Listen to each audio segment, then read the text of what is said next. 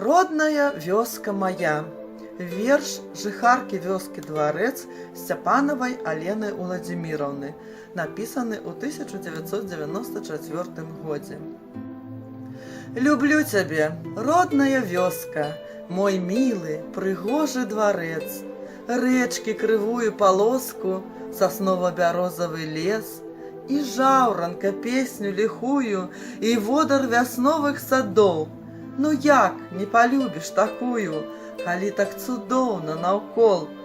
Тут першы свой крок я зрабіла, тут першае слово сказала, тут мамачкі роднай магіла, матулю я так шанавала. Тут першае слово кахання шаптаў мне нясмелы хлапчук, як гулялі мы з ім да світання, помняць і рэчка, і луг. Мацярынскае шчасце пазнала зноў жа у вёсцы сваёй, з мужам дзяцей гадавалі, нас называлі дружнай сям'ёй.